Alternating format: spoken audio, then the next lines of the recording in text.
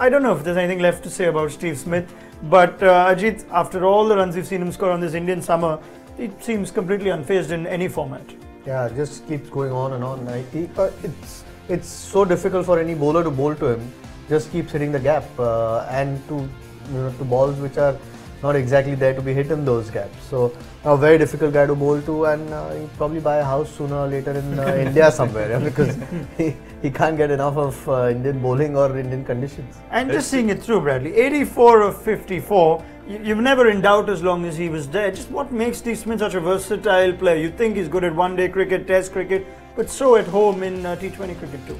I think he sums up the situation well. If you look through the test series, he was patient, he batted time, he didn't get too flustered with not being able to score runs. He really wore down the Indian attack. And today he had out the ante, but he was trying to hit the ball. He couldn't find his timing early on, but he was able to rotate the strike. And when Ajinkya Rahane and himself were out the crease, the rotation of the strike and the way they ran between the wickets was the difference between the two teams. And also the way that he moves around the crease. If you watch, he was moving right outside off stump, and then he would stand still, just stand still as the bowler delivered it, and then try and hit straight. So it's very confusing for the bowler when someone's moving around as much as he does. Yeah, the thing about him is, even though he's moving around so much, he can still play both sides of the pitch, which is, I mean, incredible skill. And to do it so consistently and over such a long period of time takes special ability. Yeah, we won't rule out that he's a man of special ability, and that, like Ajit said, he might look for some real estate in and around anywhere in the country actually. There was some reaction on Steve Smith's innings that came through social media. Gaurav Sundararaman, our own statsman, pointing out that Ashok Dinda has bowled 20th over 20 times, conceded 272 runs at an economy rate of 13.6. Thanks for that, Gaurav.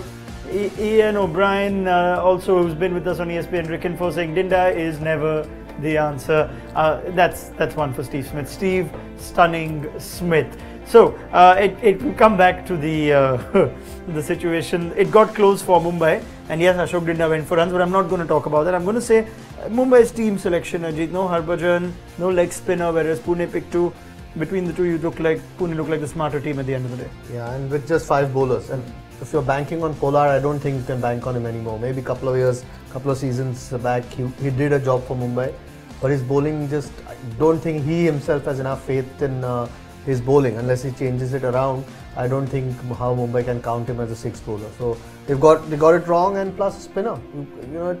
It looked that way when one team's playing 2 leg spinners. I mean, they don't necessarily think there's too much wrong with the pitch, and usually isn't too much wrong with the Pune pitch. So yeah, the selection, while Pune got it spot on, Mumbai were exact opposite. Yeah, Brad, you got it spot on with Tahir, but you wanted to see Mitch Johnson, and I think you're going to make the call even louder for him now that he should be in this Mumbai team, looking at that first game.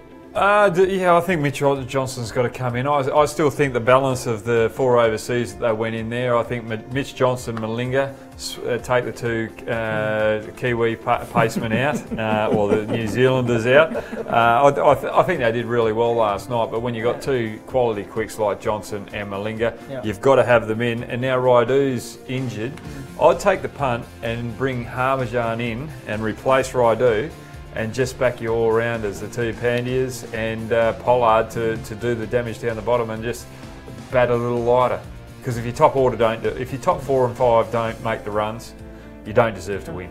All right, Radok, Ajit Agarkar, thank you very much for your thoughts. It's a long season for Mumbai and Pune. Mumbai generally don't start their season very well, so this is not new territory for them. As far as Pune, the new look Pune under Steven Smith go, they've started with a bang in this IPL 2017, winning the first game by 7 wickets.